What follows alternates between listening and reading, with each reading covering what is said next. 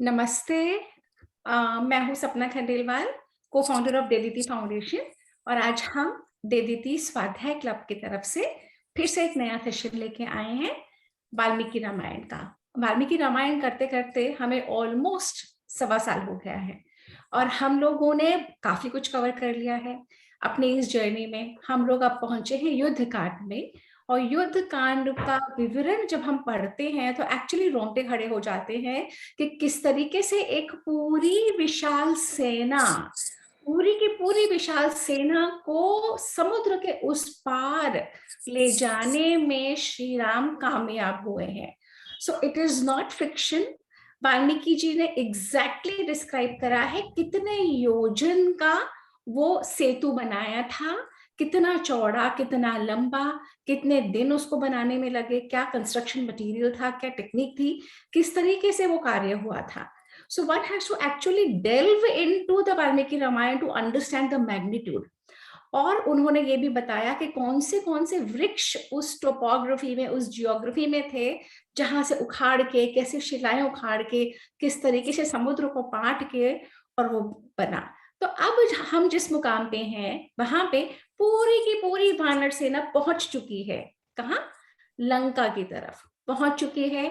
Lanka is a huge fortress, पूरी सोने की बनी हुई स्वर्ण की लंका, जिसको रावण ने हत्या लिया था कुबेर से और अपना आधिपत्य जमा लिया था, वो वहां पे पहुंच चुकी है पूरी वानर सेना।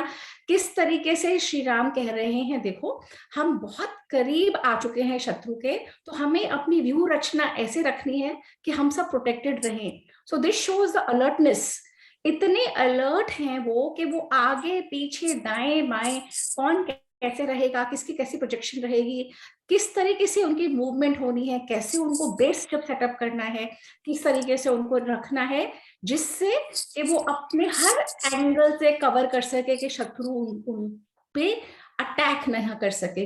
और कितने अलर्ट है वो कि जो भी कोई गुप्तचर या स्पाइज या जो भी कुछ आता है उससे, तो दे नो एग्जैक्टली कि क्या साइकोलॉजी होगी एनिमी की, और एनिमी हमारा शत्रु क्या क्या करना चाहता है उसको पहले ही प्री एम्प्ट कर देते हैं। तो Valmiki Ramayan is a extremely beautiful narration on human psychology.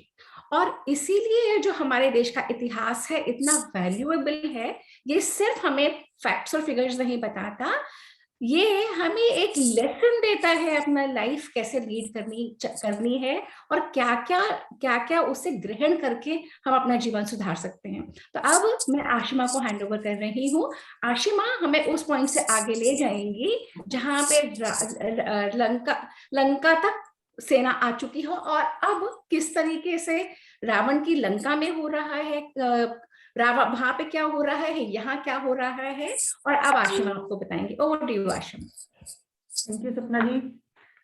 Last session में हमने यही देखा था कि पूरी की पूरी सेना जो है श्री राम जी के साथ वानर सेना, ऋष की सेना, सब लोग समुद्र के पार पुल बनाकर वहां पर आ चुके हैं और इस दुर्लभ कार्य को देखकर सभी देवता बहुत प्रसन्न होते हैं। सभी के सभी उनकी जय जयकार कर रहे हैं। तो अब इसके बाद जहां पर सभी देवता लोग उनकी जय जयकार करते हैं, उनका अभिवादन कर रहे होते हैं, वहीं पर जो श्री राम हैं, क्योंकि वो राजा के पुत्र थे और उनको लगता है कि जब ये युद्ध होगा तो क्या क्या होने वाला है, तो वो बहुत दयालु दिखाए हैं। जैसे उन्होंने एक जो गुप्तचर आता भी है उसको छोड़ देते हैं। तो अब वो यहीं पर बैठकर दयालु हैं, बहुत अपना मन की बात, मन के उद्गार प्रकट कर रहे हैं कि देखो लक्ष्मण, अब मुझे ये प्रतीत हो रहा है कि हम पहुंच तो गए, लेकिन यहाँ पर बहुत अमंगल सूचक जो वातावरण बन रहा है। तो उन्होंने कहा कि मुझे आभास हो रहा है कि बहुत कुछ होने वाला है, क्योंकि जब युद्ध होगा तो बहुत सारे शत्रु सेना पक्ष के लोग भी मारे जाएंगे और बहुत सारे वानर सेना के लोग भी मारे जाएंगे, जिसमें कि हमारे कुछ प्रियजन भी मारे जाएंगे। तो वो कहते हैं कि अब मुझे लग रहा है कि अब हमें अच्छा स्थान ढूंढ लेना चाहिए जहां पर पर्याप्त वातावरण, पर्याप्त हवा और सभी फल फूल हों। वहां पर हमारी सेना है जो, वो इस तरह की व्यवस्था हम करें ताकि कोई भी शत्रु उनको एकदम से अटैक ना कर पाए। और फिर वो कहते हैं कि मेरे मन में ये आ रहा है कि अब जो राक्षस हैं, युद्ध भूमि में जब राक्षस और वानर सेना आएगी तो ऐसा लगेगा कि भूमि पर तो पूरा का पूरा एक भयानक विनाश होगा और रक्त और मांस का कीचड़ सा बन जाएगा। मतलब इतने लोग मारे जाएंगे कि वहां पर एक रक्त की धारा बह जाएगी। और इसके बाद वो कहते हैं कि मुझे ये सब आभास ऐसे नहीं हो रहा, मुझे लगता है कि पूरी की पूरी प्रकृति मुझे ये बता रही है ये बात। उनको लगता है कि जैसे चंद्रमा जो है वो उसकी वो काले रंग के लालिमा में आ गए हैं और इसी प्रकार जो है बड़ी तेज हवा चल रही है, बादल गरज रहे हैं और ये सब जो चीजें हैं मुझे भयानक विनाश की ओर ले जा रही हैं। इसी प्रकार वो कहते हैं कि जो पशु पक्षी भी हैं, जैसे हम अभी भी कहते हैं कि जब कोई बुरी बात होती है तो बाहर हम गली में देखते हैं कोई कुत्ता और बिल्ली रो रहे होते हैं, तो हमें लगता है कि नहीं, ये इनको हटाना चाहिए कि शायद ये अपशकुन हो रहा है। इसी प्रकार जो श्री राम है उनको भी लगता है कि पशु और पक्षी दोनों ही एक दीनता पूर्वक स्वर में बोल रहे हैं, इसलिए जो है वो कहते हैं कि हमें देर नहीं करनी चाहिए, जल्दी से जल्दी लंका पर चढ़ाई करनी चाहिए। तो वो क्या करते हैं, ऐसा कहकर श्री राम विभीषण के साथ, सुग्रीव के साथ और पूरी अपनी जो सेना है उसके साथ वो शत्रु को विनाश करने के उद्देश्य से आगे बढ़ते हैं। तो यहाँ पर नेक्स्ट 24th सर्ग स्टार्ट होता है। तो सुग्रीव की जो सेना, अब यहाँ पर ये हमें पता चलेगा कि सुग्रीव की सेना कितनी ज्यादा व्यवस्थित और कितनी बड़ी सेना थी, उसमें कौन कौन से सेनापति थे और वो सेनापति आगे किस प्रकार से अपना चक्रव्यूह की रचना करते हैं। तो सुग्रीव को ऐसी व्यवस्थित सेना, मतलब उस टाइम सुग्रीव की सेना इतनी ज्यादा विशाल और इतनी ज्यादा व्यवस्थित थी कि जब वो लंका की ओर जा रही थी तो लग रहा था कि इनके जो चलने से पूरी पृथ्वी हिल रही है और वो डर भी गई है कि शायद अब बहुत विनाश का काम होने वाला है। इसी प्रकार लंका में भी जो है ना, वानरों को कुछ ना कुछ तेज आवाजें सुनाई देती हैं, क्योंकि वो लोग लंका के गेट तक पहुंच चुके हैं, तो उनको लंका में भी कुछ गर्जना सुनाई देती है। और श्री राम लंका के ध्वज को देखकर बहुत मन ही मन क्या करते हैं, उनको फिर सीता की याद आती है। वो लक्ष्मण से कहते हैं कि देखो ये जो लंका है ये कितनी सुंदर है, शायद विश्वकर्मा ने इसको अपने ही हाथ से बनाया है। इसमें कितने ऊंचे ऊंचे पर्वत शिखर, इनके जो इमारतें हैं कितनी ऊंची हैं, जैसे पर्वत के शिखर होते हैं, इतनी ऊंची इनकी जो है शिखर की तरह इनकी इमारतें बनी हुई हैं और 7 मंजिला इतनी विमान के आकार की, एरोप्लेन की, व्हाइट एरोप्लेन के अकॉर्डिंग ये इतनी ऊंची बनी हुई है। और हमें अब ये इसको देख के ऐसा लग रहा है कि भगवान विष्णु जो है उनके चरण वहां पर हैं, चरण स्थान है और इनमें लगे जो फूल फल हैं वो उनकी पूजा कर रहे हैं। और इसी प्रकार पक्षियों की आवाज आ रही है, सुंदर चहचहाने की, अच्छी सुंदर वायु चल रही है और फूल और फल तो इससे सुंदरता में और भी 4 चांद लगा रहे हैं।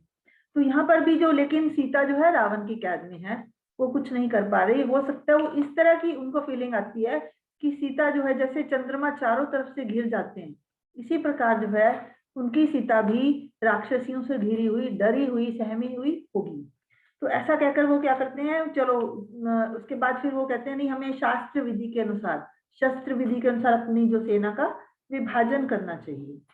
तो वो फिर उनका जो है विभाजन करना स्टार्ट करते हैं कि अंगद और नील के साथ जो है, अंगद नील दोनों को इकट्ठा करके वो उनको हम सेंटर में रखते हैं, उनको सेना की सेंटर में रखा।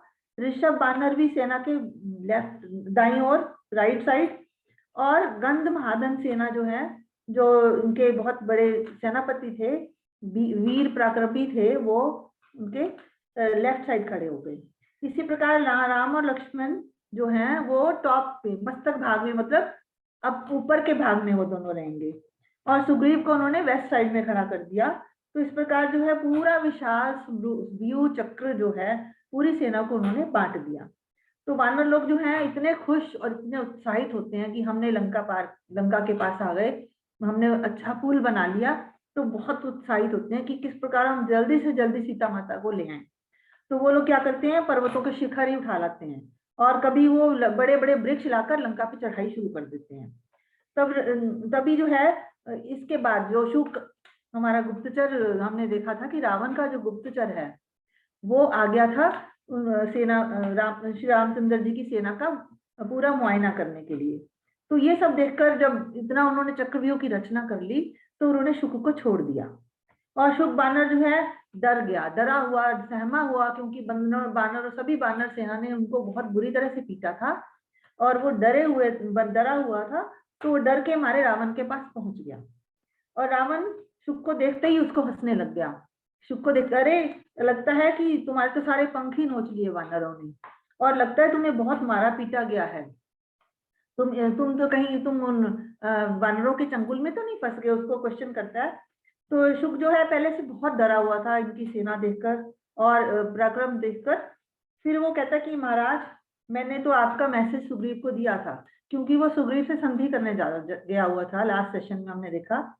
तो यहाँ पे वो कहता है कि मैंने आपका संदेश तो महाराज सुना दिया था, पर मुझे नहीं लगता कि सुग्रीव जो है हमारे साथ कोई संधि करेगा।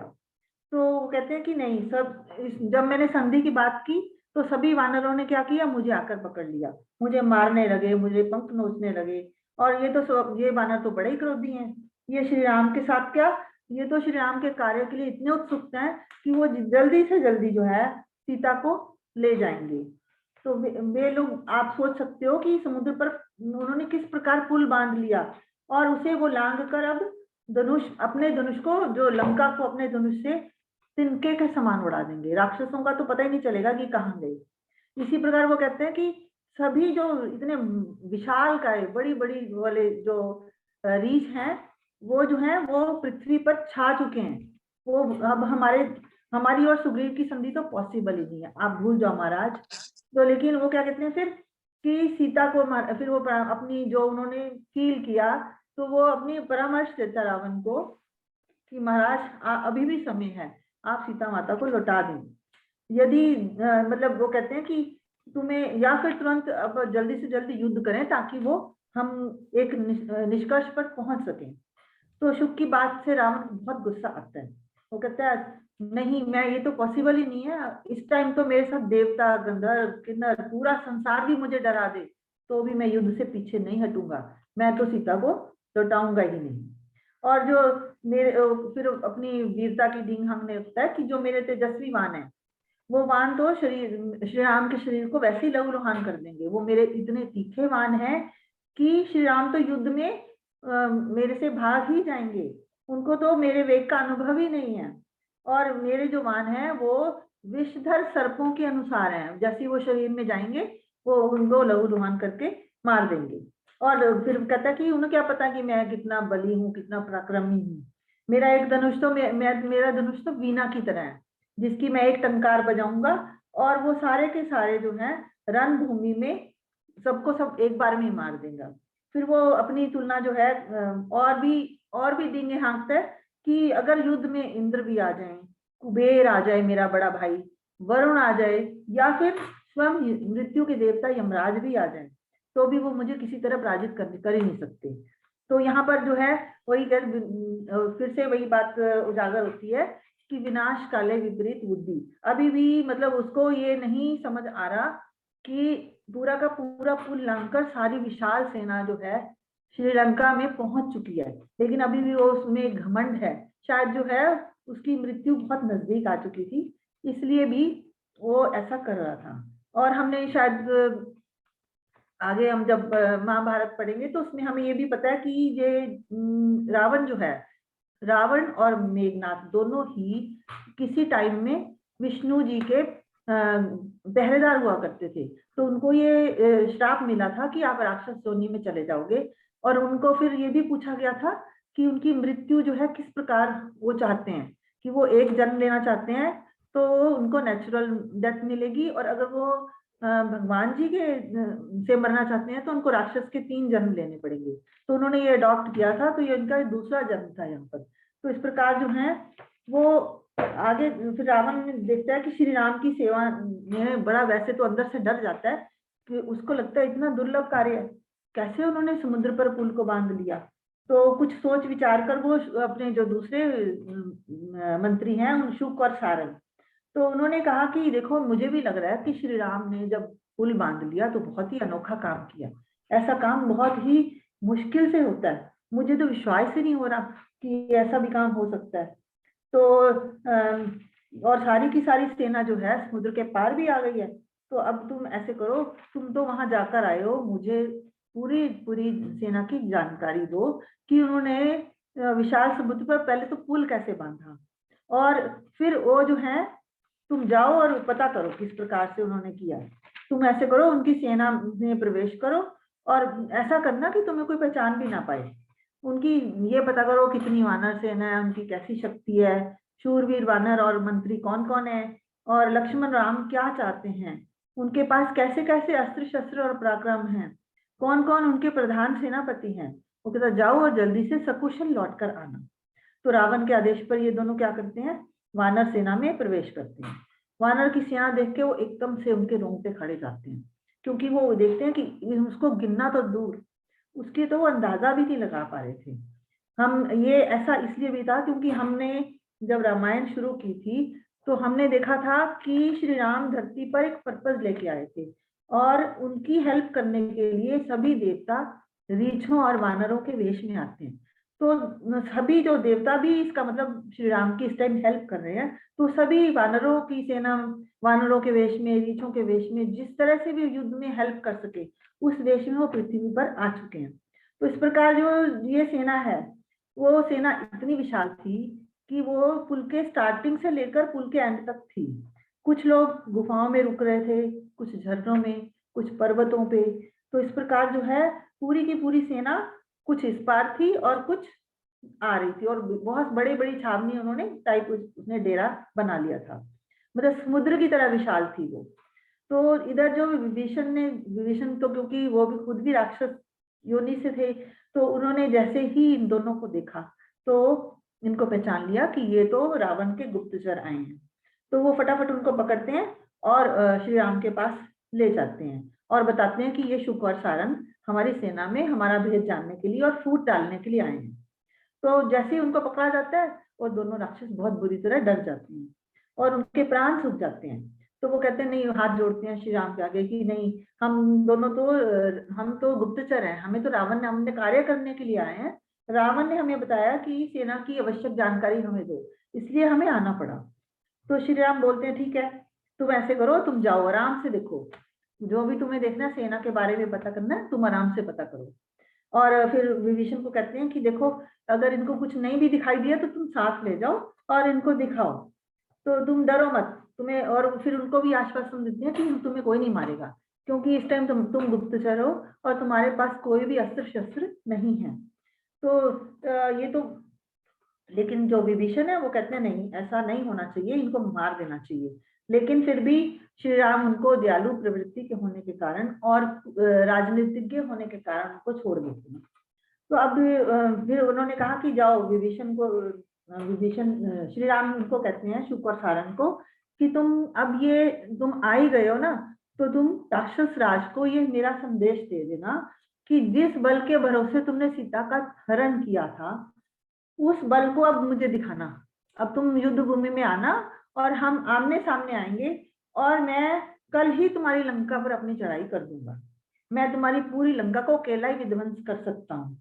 तुम अब भयंकर आक्रमण के लिए, भयंकर विनाश के लिए तैयार हो जाओ। तो श्री राम की संदेश पाकर दोनों राक्षस जो हैं श्री राम को प्रणाम कर कर लौट जाते हैं। लंका पहुंचकर वो रावण से फिर संदेश देते हैं कि महाराज, आज तो हम पकड़े गए, विभीषण ने हमें पहचान नहीं लिया, लेकिन श्री राम ने हमें फिर भी छोड़ दिया। तो उनके बताते हैं कि वे जो श्री राम है बहुत ही शौर्यवान है, पराक्रमी है, अस्त्र शस्त्र के ज्ञाता हैं। उनको तो इंद्र क्या, यमराज कोई भी हरा ही नहीं सकता, वो अजय हैं, वो बिल्कुल उनकी विजय निश्चित है। और फिर कहते हैं कि तुम जो है सीता को लौटा दो। वो फिर से परामर्श देते हैं कि सीता को लौटा दो, नहीं तो वो तुम्हारे लंका को दरवाजे के सहित ही फाड़ देंगे। वो अकेले ही बहुत हैं सबके लिए। वो कहते हैं उनको तुम क्या, तुम कोई देवता, असुर, कोई किन्नर गंधर्व, कोई भी उनको जीत ही नहीं सकता।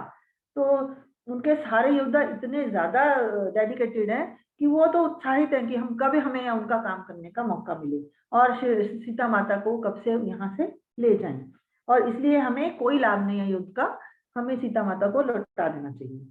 तो अब रावण जो है वो भी बहुत गुस्सा आता है, जैसे ही वो सारण के शब्द सुनता है उसको बहुत गुस्सा आता है। तो वो फिर हंसता है, कहता अच्छा, तो यदि कहता मैं सीता को वापस नहीं दूंगा, अभी भी वो कहता नहीं मैं नहीं दे सकता, कोई आ जाए मेरे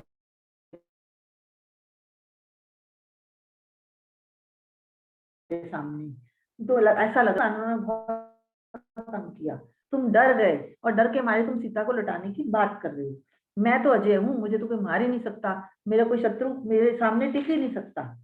फिर रावण जो है वानरों की सेवा का निरीक्षण करने के लिए, रावण जो है अब क्योंकि उन्होंने भी कुछ नहीं बताया, तो वो क्या करता है, उसकी रावण जो है लंका के ऊपर जो सबसे ऊंची बिल्डिंग अट्टालिका कहते हैं जिसको, उसके ऊपर चढ़ जाता है और देखता है कि जाकर देखता है कि खुद में, अच्छा तुमने कुछ नहीं बताया, चलो मैं देखता हूँ जाकर।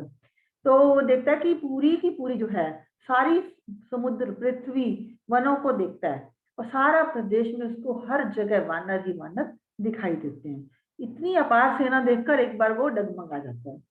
फिर पूछता है अच्छा चलो ठीक है, मैं तुम्हें कुछ नहीं कह रहा, अच्छा सारण तुम ये बताओ कि अब इन वानरों में शक्तिशाली कौन है, कौन इनका मुखिया है और किसकी कौन बात मानता है, कौन किस ग्रुप का हेड है, यूथपति है।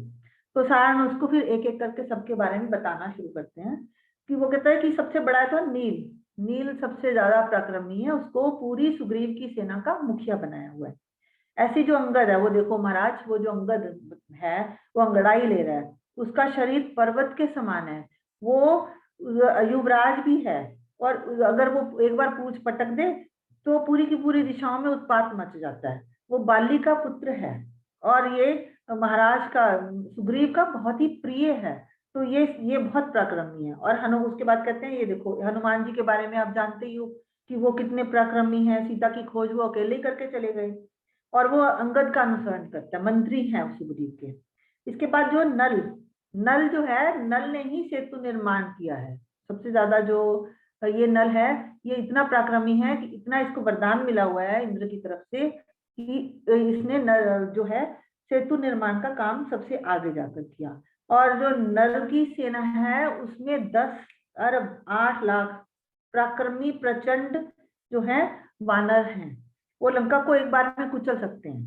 इसी प्रकार देखो कहते हैं जो चांदी के समान वानर आपको नजर आ रहा है सफेद रंग का, वो है श्वेत। वो तीनों लोगों में विख्यात है, वो इतना बुद्धिमान और पराक्रमी है कि वो क्या करता है अपनी सेना को एनकरेज करता रहता है, सेना का मनोबल हमेशा बढ़ाता रहता है। इसके बाद जो नेक्स्ट आप देख रहे हो वो है कुमुद, सरोचन पर्वत का राजा, वो भी एक यूथपति है। और इसके बाद वो कहते हैं कि देखो वो लंबी पूंछ वाले जिसकी पूंछ पर रंग बिरंगे बाल हैं, वो लाखों वीरों को अपने साथ, एक उसकी पूंछ इतनी लंबी है कि एक ही पूंछ में उसके सारे के सारे वानर जो लिपट जाते हैं। तो वो तो आया ही इसलिए कि मैं लंका को कुचल कर ही जाऊंगा। और इसके बाद आप देखो रंभ है, उसमें 1 करोड़ लोग हैं। शरभ है, वो साल्व्य पर्वत है जो देखो आप सबसे ऊंचा, वो उसमें निवास करता है। तो इस प्रकार जो है उसके भी 1,40,000 लोग हैं जो कि इस सेना में शामिल है। इसका फिर वो पनस के बारे में, क्रोधन के बारे में, विनत विनत के बारे में बताते हैं कि उसके 60 लाख वानर इसमें हैं। एक गव्य नाम का एक बहुत ही वीर पराक्रमी योद्धा है, वो उसमें 70 लाख लोग हैं।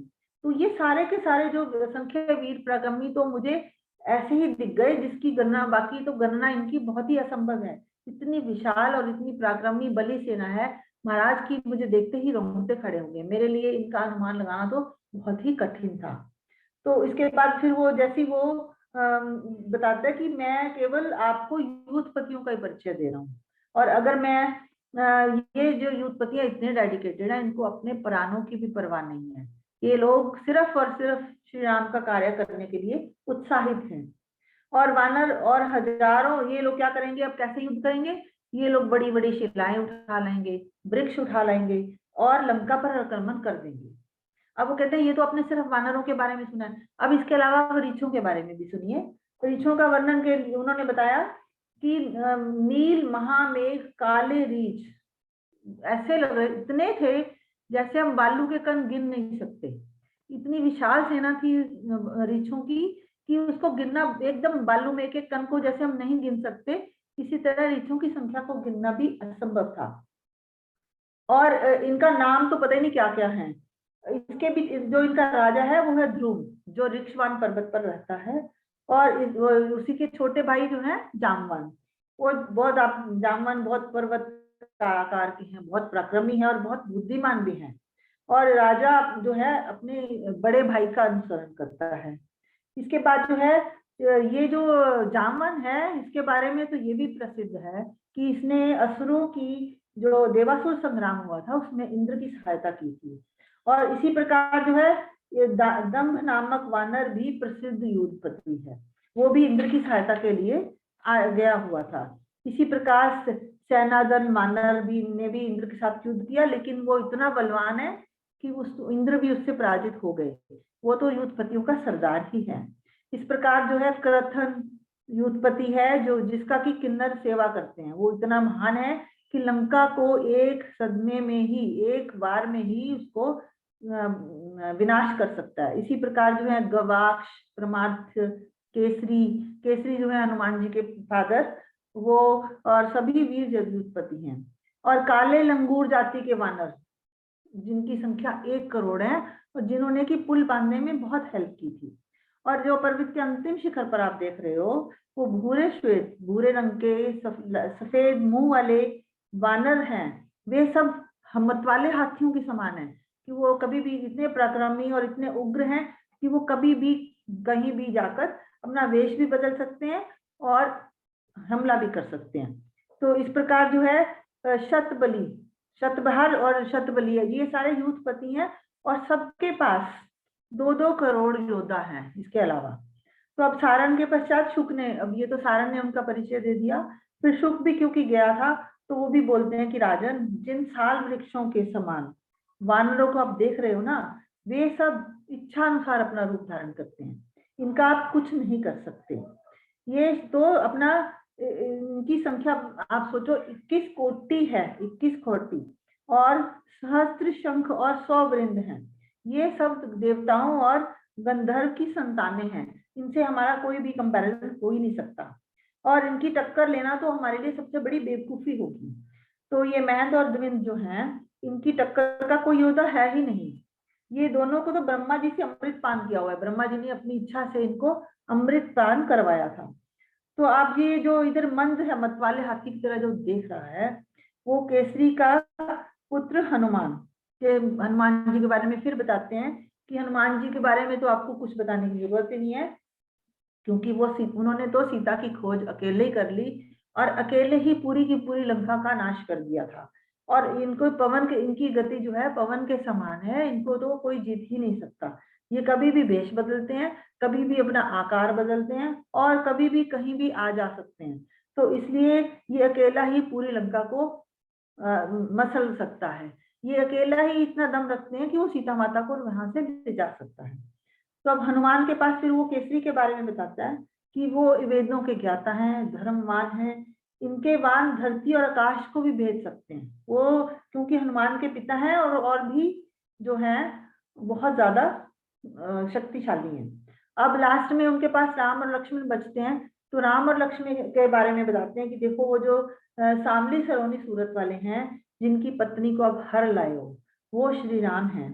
वो आपसे युद्ध करने के लिए कितने उत्सुक हैं आप देख सकते हो। और देखो वो जो है उनको तो विष्णु का स्वरूप मानते हैं, उनको तो देवता किन्नर गंधर्व कोई भी हरा ही नहीं सकता। तो इसके साथ जो आप देख रहे हो कि दाईं ओर उंगराले बालों वाले लक्ष्मण है, लक्ष्मण के बारे में, लक्ष्मण की वीरता के बारे में और डेडिकेशन के बारे में बताते हैं कि वो सिर्फ अपने भाई के लिए अपना अयोध्या छोड़कर यहाँ इनके साथ आए हैं।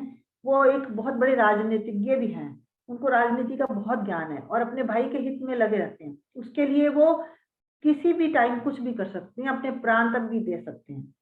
तो फिर विभीषण खड़े होते हैं। विभीषण तो देखो कहते हैं, विभीषण तो है, आप जानते ही हो कि किस प्रकार से यहाँ से गए हैं और श्री राम की मदद कर रहे हैं।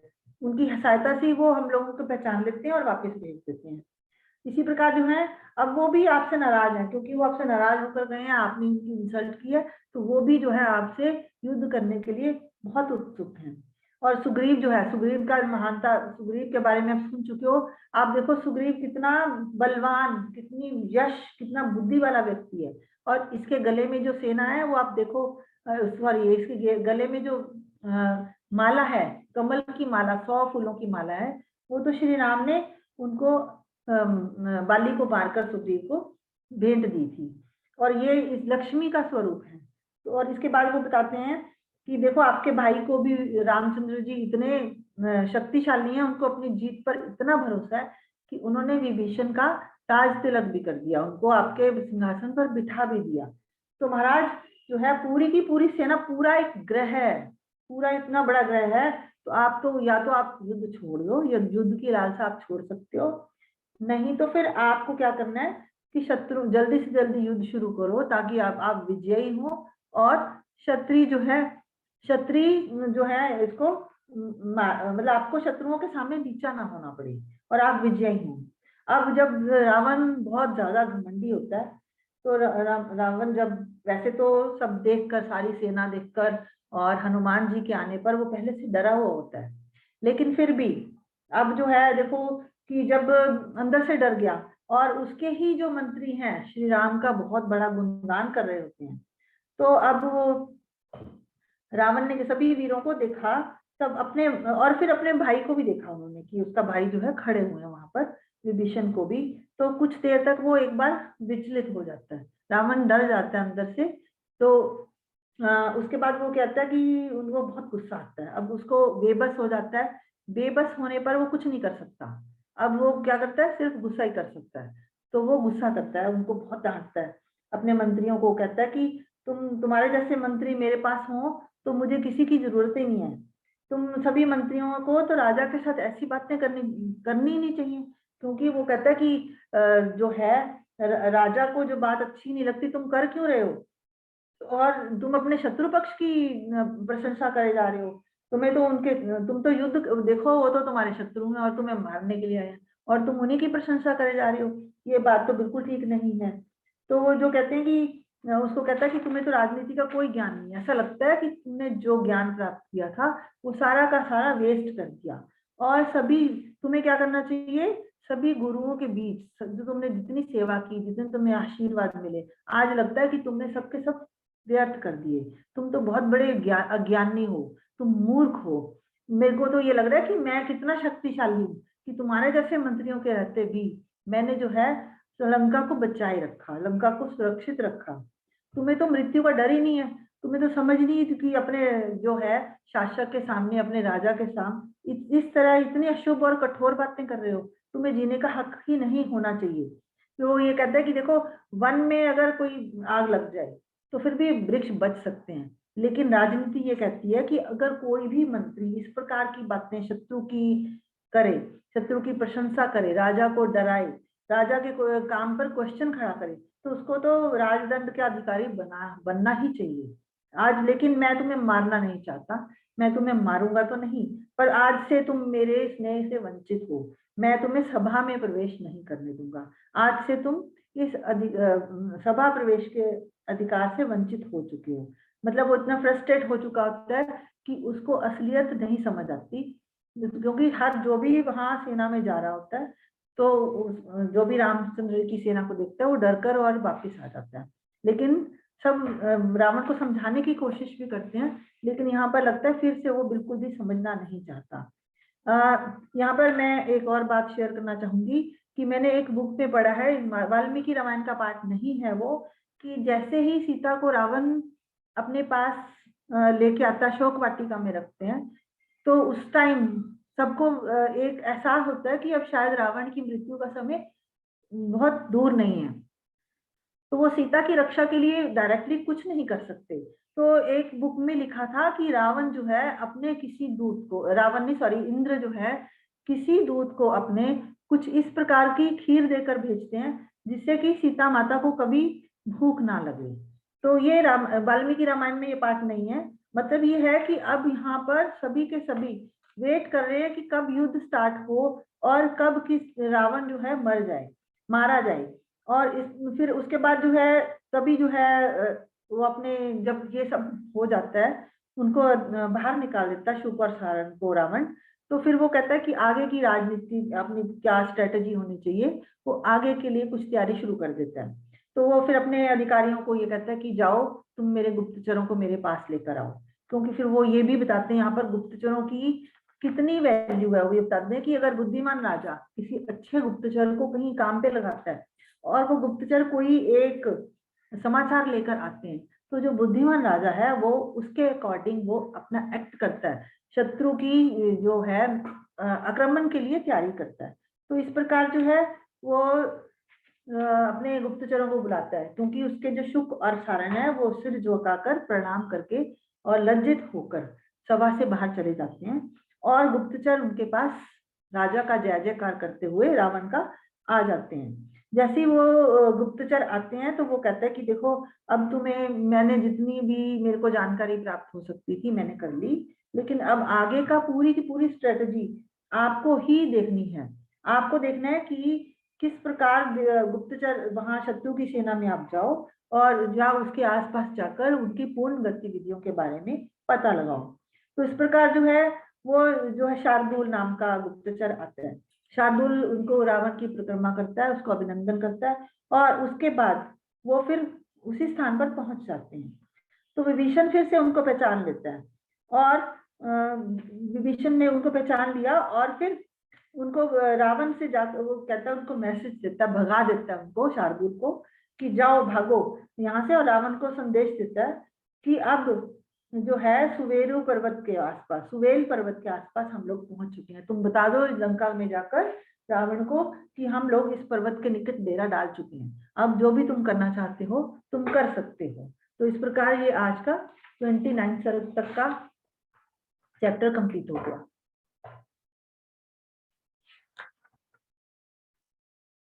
बहुत सुंदर आशिमा, बिल्कुल तुमने you brought it alive for us. Even Parul मुस्कुरा रही है ना पारुल? बहुत अच्छे से आशिमा ने ये पूरा विवरण दिया है यहाँ तक। बहुत ही बस ऐसा लग रहा था मुझे तो मैं वही हूँ, हाँ, और सब देख रही हूँ। यही चाहिए आशिमा कि अगर हम वो रिक्रिएट कर सके पढ़ के, मतलब थोड़े थोड़े पॉइंट्स देखने चाहिए, पर अगर जो हमने ग्रैब किया है अगर हम उतना भी बता देते हैं ना तो वो भी बहुत है, क्योंकि बहुतों ने तो पढ़ा ही नहीं है ना बिल्कुल भी। तो बेसिकली हमें, हाँ, तो बहुत सुंदर बताया जब हम तैयारी करते हैं तब भी हमें लगता है कि हम वहां पर खड़े हुए हैं, बिल्कुल। तभी उस तरह से ये वाल्मीकि जी की लिखने की शैली है। वाल्मीकि जी को आदि कवि यूं ही नहीं कहा गया। वाल्मीकि जी ही brings it alive for us the way, जो उन्होंने जिस तरीके से पूरी रणभूमि की अब वो जो बता रहे हैं फॉर्मेशंस हैं, और वो ह्यूमन साइकोलॉजी में उनके भी अंदर चले जाते हैं। रावण के वहां पे क्या क्या हो रहा है, यहाँ क्या क्या हो रहा है, और वो ये भी बताते हैं कि राम जो भी कुछ बात बोलते हैं ना वो सिर्फ लक्ष्मण को बताते हैं, लक्ष्मण उसको बाहर नरेट करते हैं। राम ने कभी अपना क्रोध कभी कुछ और बाहर जाहिर ही नहीं करा, सिर्फ वो लक्ष्मण को बता देते हैं, और लक्ष्मण उसको आगे कम्युनिकेट करते हैं। Valmiki ji done a fabulous job. And to think हर कुछ मीटर में, अगर आप लोगों को नहीं पता या अगर मुझे नहीं पता है कि नहीं, पर ये सारे जो श्लोक हैं ये सब अनुष्टुप छंद में है। मैं 2 श्लोक पढ़ देती हूँ, तो मैं क्या करती हूँ, जैसे मेरी टीचर ने सिखाया, मैं आप लोगों को भी शेयर कर लेती हूँ कि पहले हिंदी का पढ़ लेती हूँ, फिर संस्कृत को वो पढ़ती हूँ तो संस्कृत खुल जाती है। समझ, हाँ हाँ बिल्कुल। तो धीरे धीरे फिर संस्कृत पढ़नी नहीं पड़, मतलब हम क्या चाहते हैं, हम ये चाहते हैं कि संस्कृत ही हमारे लिए खुल जाए, तो हमें किसी के इंटरप्रिटेशन पर डिपेंड नहीं होना पड़े। इवेंचुअली पर्पस यही है कि वो संस्कृति जैसे हमें हिंदी समझ आ जाती है, हमें तो किसी को समझाना नहीं पड़ता, जैसे इंग्लिश समझ आ जाती है। मैंने संस्कृत काफी पढ़ी हुई है वैसे, अच्छा, ग्रेजुएशन तक पढ़ी हुई है मैंने। परफेक्ट। तो फिर आशिमा, मैंने तो नहीं पढ़ी आशिमा, मैंने तो संस्कृत का एबीसीडी बना, पर मैं वो मीटर चैंट कर देती हूँ। Parul may do a better job, पर जैसे ये जो यूजुअल जो मीटर है जिनमें सारे श्लोक अनुष्टुप छंद में है, अब जैसे मेरे सामने जो पेज खुला है, पेज 299 है, त्रयोविंश सर्ग। तो ये जो श्लोक है ये 2 लाइनों का जो श्लोक होता है, निमित्तानि निमित्तज्ञो दृष्ट्वा लक्ष्मण पूर्वजः सौमित्री समपरिष्वज्य इदम वचनम अब्रवीत् परिगृह्योदकं शीतं वनानि फलवन्ति च बलौघं संबिभेज्यैषं व्यूह तिष्ठेम लक्ष्मण। तो ऐसे करके अगर हम देखते हैं हर 2 लाइन उस मीटर में बैठती है।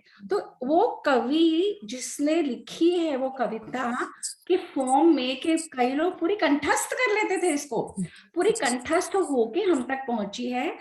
जब ये लिखित फॉर्म में आई तब अंग्रेजों ने और न जाने कितने लोगों ने ये पूरा उत्तरकांड, जब हम पहुंचेंगे ना आशिमा पारुल, जब हम वहां पहुंचेंगे, पूरा उत्तरकांड शेपक है जो इन्होंने हमें झूठ बताया। इन्होंने हमें कहा कि श्री राम ने सीता मैया को निकाल दिया, जो कभी हुआ ही नहीं था। वाल्मीकि ने, हाँ बिल्कुल, पर हमें लोगों को यही समझाया गया, हमें ये कहा गया कि एक धोबी था, उस धोबी की बात के ऊपर सीता मैया को निकाल दिया। अब वो राम जो सब कुछ करके अपनी पत्नी को छुड़ाने के लिए जाते हैं, नहीं तो एक क्या, उनके लिए लाखों स्त्रियां थी, सब कुछ करते हैं, अथाह प्रेम अपनी पत्नी से करते हैं, और क्या क्या नहीं करके उसको छुड़ाने के लिए जाते हैं, लेने के लिए जाते हैं, और वो क्या एक धोबी के कहने से छोड़ देंगे?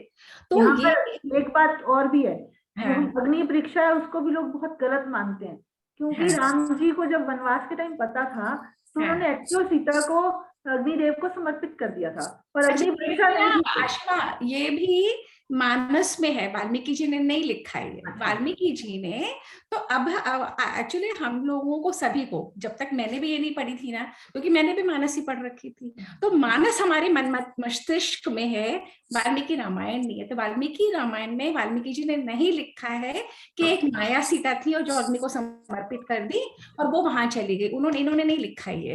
तो एनी भी अपन वहां पे पहुंचेंगे, तो मैं आप लोगों को ये और शेयर करना चाह रही हूँ कि एक ऑथर है, उन्होंने बहुत सुंदर एक पूरी पुस्तक लिखी है उत्तरकांड के ऊपर। उन्होंने हर पॉइंट पे दिखाया है कि कैसे उत्तरकांड के कुछ श्लोक एकदम झूठ हैं और हमारे सनातन धर्म को चोट पहुंचाने के लिए लिखे गए हैं इन्होंने। तो जब अपन वहां पे पहुंचेंगे ना, मैं उन्हें इनवाइट करने की कोशिश करूंगी, हो सकता है he'll come and give a talk, so he can talk to us about कि क्या उत्तरकांड में है जो ठीक नहीं है ना? तो अब जो पारुल, तुम्हें कुछ कहना है जहां तक हम पहुंचे, कुछ डिस्कस करना है आज के बारे में? नहीं नहीं, बस मेरे को बहुत अच्छा लगा वो पूरा डिस्क्रिप्शन जो था, और कितनी चीजें तो हमें पता ही नहीं थी कि कितने असंख्य वानर थे और भालू थे और जो भी वो सब अब मेरे को अब पता लग, क्योंकि मैंने तो पढ़ा नहीं है ये वाला चैप्टर। अच्छा आशिमा, हाँ बिल्कुल बिल्कुल पारुल, तुम ठीक कह रहे हो। आशिमा, जो हमें और भी नहीं पता है, वो जो शायद तुमने आज नहीं बताया, पर जो गिनती जो हमारे इसमें कराई हुई है कि 100 और 1000 कितने बनते हैं, 1000 से लाख कितने होते हैं, अबुद और खर्व और मतलब नील सब कुछ है। हाँ बिल्कुल। तो जैसे मेरे फादर मुझे बताते थे ना, पर चूंकि हम लोगों ने हिंदी में पढ़ाई अपनी की नहीं, तो हमें पता ही नहीं था। तो अब जितना मुझे समझ में आया मेरे अध्ययन में, हमारे पास ऊपर जाते हुए भी जहां तक इंग्लिश में नंबर्स ही नहीं है, वहां तक के शब्द हैं, और नीचे जाते हुए यानी कि अणु जो एटम होता है, उससे भी माइन्यूट से भी माइन्यूट से भी माइन्यूट जो पार्टिकल्स होते हैं, उसके भी हमारी टर्मिनोलॉजी में शब्द हैं। तो इस तरीके से करके they have built it in. एक सेकंड, ये 314 नंबर पेज पे है शायद, 314।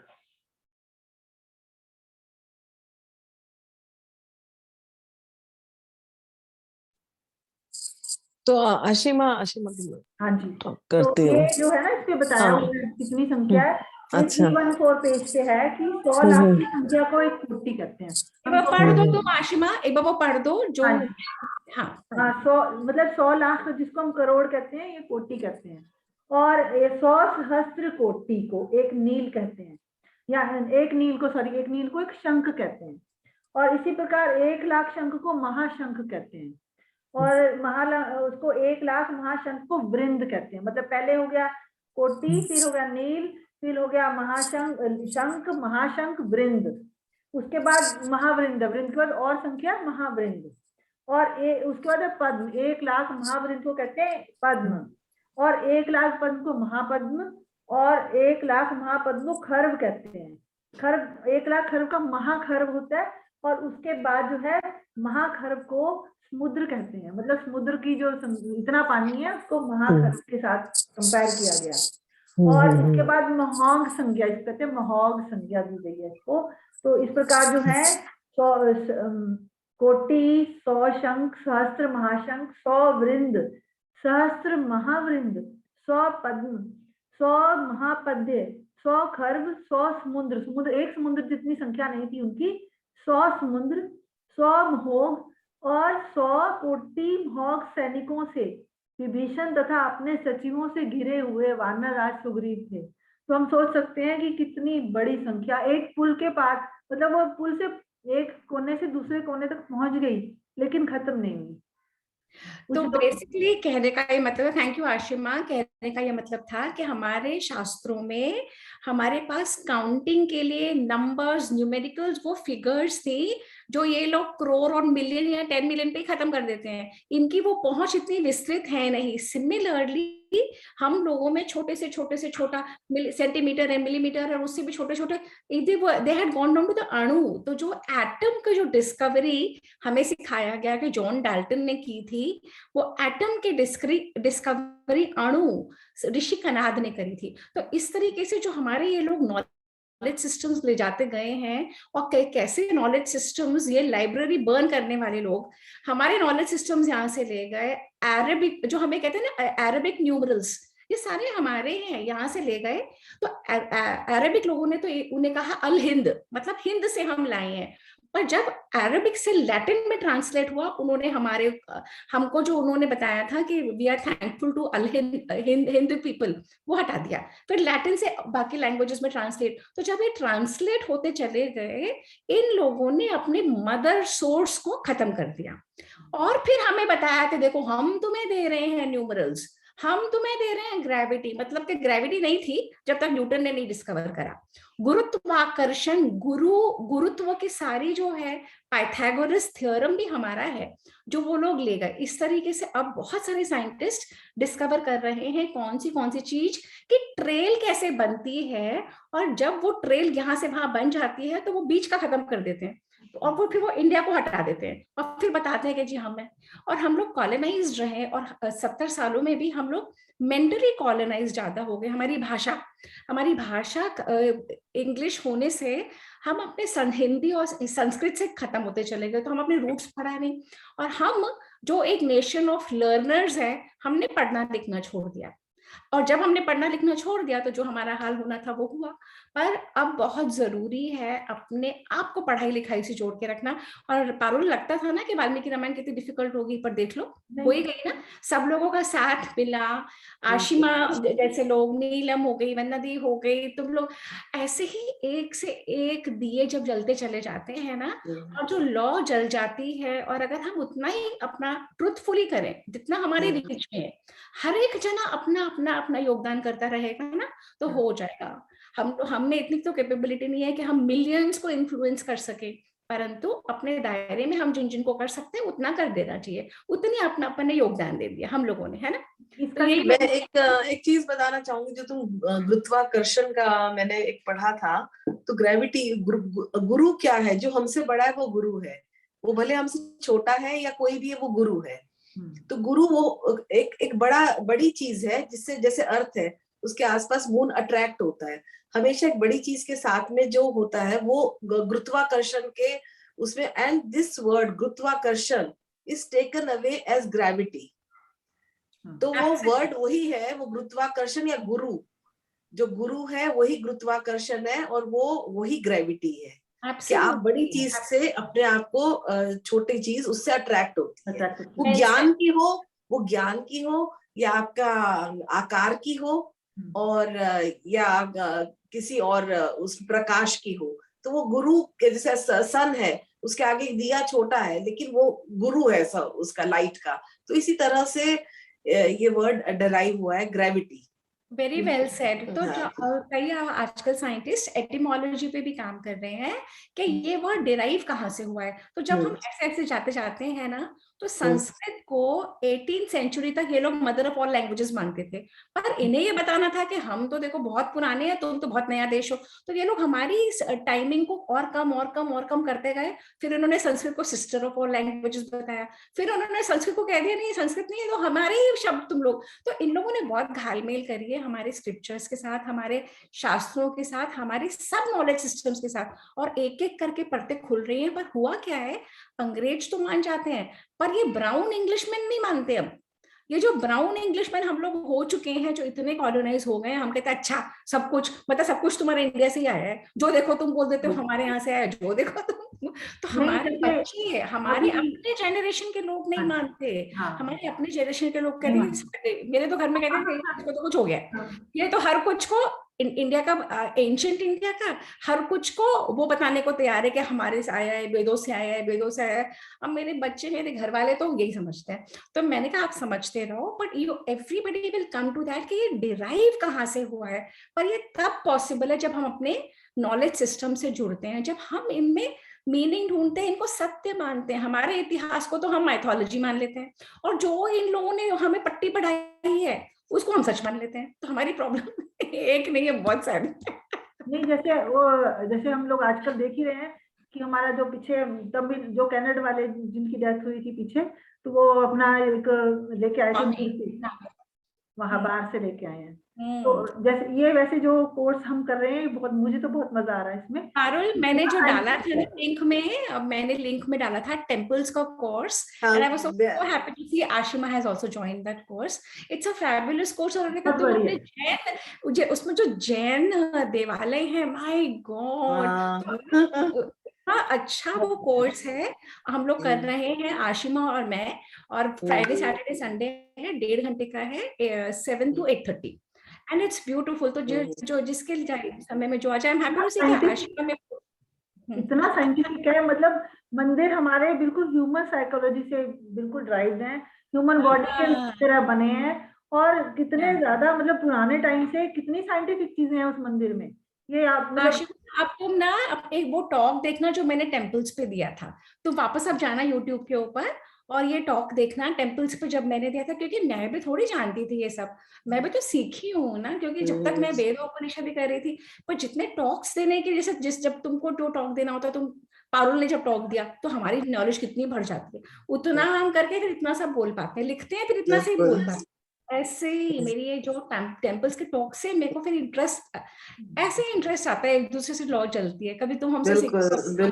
बहुत अच्छा सेशन है वो, कितना साइंटिफिक है। कई बार मैं 2 बार सुन के उसको लिखती हूँ। बहुत अच्छा है वो। मतलब आपने बताया तो मैंने ज्वाइन कर लिया, अच्छा लगा मुझे बहुत ही अच्छी बात है। मैंने तो सबको बोला था। तो इसमें कोई एग्जाम्स है या क्या है? या नहीं है, कुछ एग्जाम नहीं है, बस जस्ट लिसन। Beautiful journey. अगर तुम अभी भी जुड़ना चाहती हो ना, जुड़ जाओ, क्योंकि पहले के तो वीडियोस दे देते हैं वो लोग। अगर अब भी जुड़ना चाहती हो, और देखो पता है क्या, अपन जीवन के इस मोड पे हैं, अगर हम अपनी रुचि के लिए अभी इतना समय भी नहीं निकालेंगे तो कब निकालेंगे, है ना? साइंटिफिक चीजें हैं, बहुत ही मजा आ रहा है। तो इंडियन कल्चर कितना अच्छा है, कितना वास्ट है। हिंदू धर्म की परिभाषा देखोगी हर चीज। हम जो कहते हैं ना, जो धरती माँ है, हम सिर्फ वर्ल्ड में अर्थ, हम जो हिंदुस्तान को ही हम धरती माँ बोलते हैं, और कोई कंट्री में उसको धरती माँ कोई नहीं कहता। कह भी नहीं सकते ना, क्योंकि प्योरिटी। और ये जो सनातन संस्कृति है, ये जानते थे हमारे ऋषि कि 5 तत्व से हम आए हैं खाली हाथ। उन्हीं तत्व क्या है, जैसे मेरी टीचर बहुत अच्छा एग्जांपल देती है, एक गाड़ी है, एक कार में डोर है, बोनेट है, डिक्की है, स्टीयरिंग व्हील है, हॉर्न है। अब ये अलग अलग चीजों को जोड़ दो तो एक कार बन जाती है, और इनको अलग अलग कर दो तो वो सब पार्ट्स अलग अलग हो जाते हैं। कार क्या है? इन सब चीजों का जुड़ाव कार है ना, और वो चीजें अलग अलग कर दो तो कार कहीं नहीं है। सेम हम ये 5 तत्वों के बने हुए हैं, पर हम नहीं जानते। अब ये रावण की इसमें कितना सुंदर एग्जाम्पल है। रावण हर चीज में अपनी डींगे हाँकता है, अपनी बड़ाइयां करता है, अपनी तारीफें करता जाता है। सामने साक्षात मौत है, सामने दिख रही है, बार बार उसके वो लोग कह रहे हैं कि दे दो, मान जाओ, मत दे दो, पर वो नहीं मानता, वो डिल्यूजन में है, उसको लगता है मेरी सत्ता।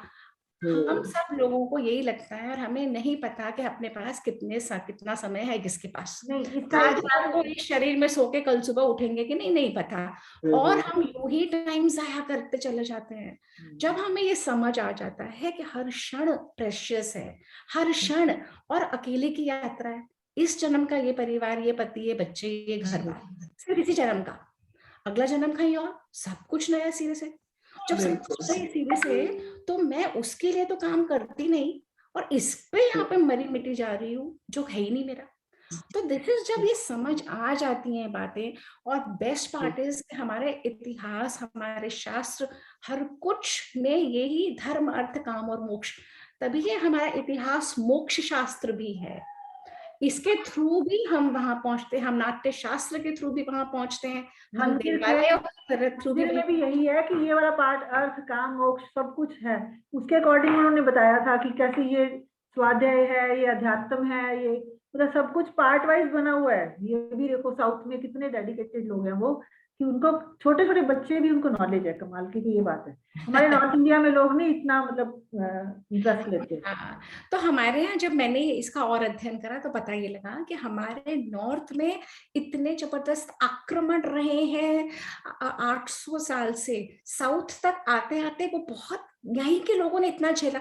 यहाँ पे कोई 1000 साल से पुराना मंदिर ही नहीं है, कोई 500 साल पुराना मंदिर भी नहीं, कोई 200 साल पुराना भी मंदिर नहीं है, कोई 100 साल पुराना भी मंदिर नहीं है। बनते हैं फिर भी नॉर्थ में इतना जबरदस्त अटैक्स रहे हैं इन्वेजन्स के, वो लोग फिर भी इसको बचाने में कामयाब रहे, तभी ये वहां पे जीवित है। यहाँ पे सब हानि होती चली गई। एक सपना, इसी बात पे मैं एक बताना चाह रही हूँ कि वर्ल्ड में, हिंदुस्तान में कोई तो ऐसी बात होगी जो पूरी दुनिया हिंदुस्तान आना चाहता था। कोलंबस को हिंदुस्तान आना था, वास्को डी गामा को हिंदुस्तान आना था, सारे इन्वेडर्स को हिंदुस्तान आना था। तो जहाँ कुछ ज्यादा होगा वो वहीं तो जाएगा ना। इससे पहले जिनको आना था ये तो इन्वेडर्स हुए। हाँ। इससे पहले वो फाहियान और ह्यूनसांग और जितने भी लोग नॉलेज सीकर्स थे वो भी नहीं आए। जर्नी कर करके पहाड़ों पे चढ़ के मरते मरते बिछते थे, तालाबों में तैर के, चाइना से, ग्रीस से, कहाँ से हमारे विश्वविद्यालयों में आते थे। जैसे हमारे आजकल के बच्चे, हम करोड़ों रुपए अपने खर्च के बच्चों को ऑक्सफोर्ड, कैम्ब्रिज, हार्वर्ड भेजते हैं ना, और वो वहां से आते हैं हमारे सनातन संस्कृति के खिलाफ, क्योंकि वो इतने वो हो जाते हैं, तो उनको लगता है सब कुछ यूरोपियन अच्छा और सब कुछ इंडियन एकदम खराब, जो हम लोगों को यहाँ पे होने लगा था। धीरे धीरे हम अपना पहनावा, अपनी शास्त्र, कहाँ हमारे जनरेशन की भी लेडीज करना चाहती हैं ये Ramayan, who reads the Ramayan, oh my god, क्योंकि हमारे मनों में भर दिया गया। क्योंकि इससे हमें स्ट्रेंथ आती है, इससे हमें जीवन जीने की दिशा मिलती है, इससे हमें पता लगता है कि हम वीर लोग हैं, हम कायर नहीं थे। हमें सिखाया गया तुम कायर हो, इन्वेजन पे इन्वेजन पे इन्वेजन पे इन्वेजन होते जाते हैं, तुम लोग चुपचाप देख रहे हो। अरे हम ऐसे थोड़ी थे कि 17 बार सोमनाथ पे किसी ने अटैक करा तो हमने तो 17 बार पहले उनको मार के भगाया, तभी तो फिर भी आ रहे हैं, फिर भी आ रहे हैं, फिर भी क्यों आ रहे हैं? वो नहीं पढ़ाया सिर्फ जहां पे हमारी कमियां दिखा सके, पढ़ाया सिर्फ जो हमें ही हमारे खिलाफ कर सके, पढ़ाया सिर्फ जो हमें इतना हीन बना दे कि हमें सब कुछ लगे यूरोपियन अच्छा, सब कुछ इंडियन खराब। और वो हमारे मनों में, हमारे जहन में, तो हम लोगों ने तीज त्योहार छोड़ दिए। छोड़ना बहुत इजी, छोड़ देना कितना इजी है, छोड़ते चले जाओ। करने में तो कला है, जब उस अपने ट्रेडिशंस को, अपने रिचुअल्स को, अब वही चक्कर है, जब तक हम नहीं समझेंगे हमारे जनरेशन। और जो साउथ के टेम्पल्स है ना, वो तो इंस्टीट्यूट है, जिन्होंने उसका विजन, पहले उसने उसको एक वो बनाया, एक स्ट्रक्चर दिमाग में कि what he wants to show, फिर उसके बाद उसका वो शुरू हुआ। एक्चुअली क्या है पारुल, जो हम अभी जहां तक पहुंचे हैं ना, तो टेम्पल एक टेम्पल सिर्फ नहीं है, पहली बात तो टेम्पल बोलो मत, देवालय। देवालय एक इकोसिस्टम है, एक इकोसिस्टम में जहाँ पे पढ़ाई लिखाई, अध्ययन, नाट्य, हर रुचि के लोगों को कुछ जाता था उसमें, हर और जो हमारी शिल्प कला, उस उत्कृष्ट, और किस तरीके से कंस्ट्रक्शन होती है पारुल, वो कोर्स में सिखा रहे हैं कि वो जो हाइट, विड्थ, कि वो गर्भगृह कहाँ होगा, कौन सी दिशा में होगा, बहुत साइंटिफिक, वास्तु 108 पोज मंदिर में बने हुए हैं, उसको देखकर हम डांस सीख रहे हैं, 108 पोज दिखाए हैं। और जैसे वीना जी आपको कुछ कहना है, हमारी तो डिस्कशन चलती जा रही है, बोलिए, आप अपने आप को अनम्यूट करिए वीना जी, आपको खुद करना पड़ेगा वीना जी अनम्यूट। हाँ जी बोलिए। हाँ जी, वास्तु के हिसाब से बने हुए हैं और बहुत ही सुंदर साउथ के टेम्पल, हाँ जी, और सिर्फ वास्तु नहीं है बीना जी, पूरी स्थापत्य कला है ये। इसके हाँ जी। पूरे अलग ही इसके आचार्य, अलग ही इसके शिल्पकार, और ये तब पॉसिबल होता है जब स्टेट या जब गवर्नमेंट या जब वहां का राजा, बिकॉज उस तरीके के लोग, उस तरीके की चीजें, वो उतनी शिल्प कराने वाले, उतनी कारीगरी वाले, उनको स्पॉन्सरशिप भी चाहिए होती है ना, हर एक को अपने अपने घर चलाने होते हैं। तो जब स्टेट स्पॉन्सर करता है, जब राजधर्म ये करवाता है, तो किस कदर में, किस शिखर तक पहुंच जाता है, कितना उन्नत वो समाज होता है जब वहां पे पहुंच जाता है। This is what we are doing a course, Ashima and me, in Devalaya. ये विभू एकेडमी है, वो बड़े अच्छे अच्छे कोर्सेज कराती है पारुल। कभी विभू एकेडमी ऑनलाइन ही है, ऑनलाइन होती है जी। तो कभी आप लोगों को मौका मिले, जरूर उनका कोई भी कोर्स करिएगा, उनके सारे कोर्सेज बहुत अच्छे हैं। हम लोग देवालयों के ऊपर कर रहे हैं, हिंदू टेम्पल्स के ऊपर कर रहे हैं, वो हिंदू टेम्पल्स, जैन तो टेम्पल्स। हम ज्वाइन कर सकते हैं? आई एम श्योर आपको लिंक हम भेज देते हैं, ग्रुप पे डाल दें। मैंने तो ग्रुप पे डाला था, स्वाध्याय क्लब में भी डाला था। तो आप लोग 3-4 सेशंस, 6 सेशंस हुए हैं, पर आप कर लो, बैकलॉग के वीडियोस मिल जाते हैं, आप अभी भी कर सकते हो, व्हाई नॉट, आप उनसे बात कर लीजिए। Vibhu academy. And Parul, can you imagine, इतनी जबरदस्त नॉलेज, एंड 2500 रुपए, एक टॉप भी नहीं आता, 2500 रुपए टेलर सिलाई के ले लेता है सूट के। आप वीडियोस के बाद में भी देख सकते हो। हाँ हाँ, यूट्यूब पे भी वो तो अवेलेबल। ऐसा नहीं होता कि हमें तभी अटेंड करनी है, अगर आप अटेंड हो जाता है।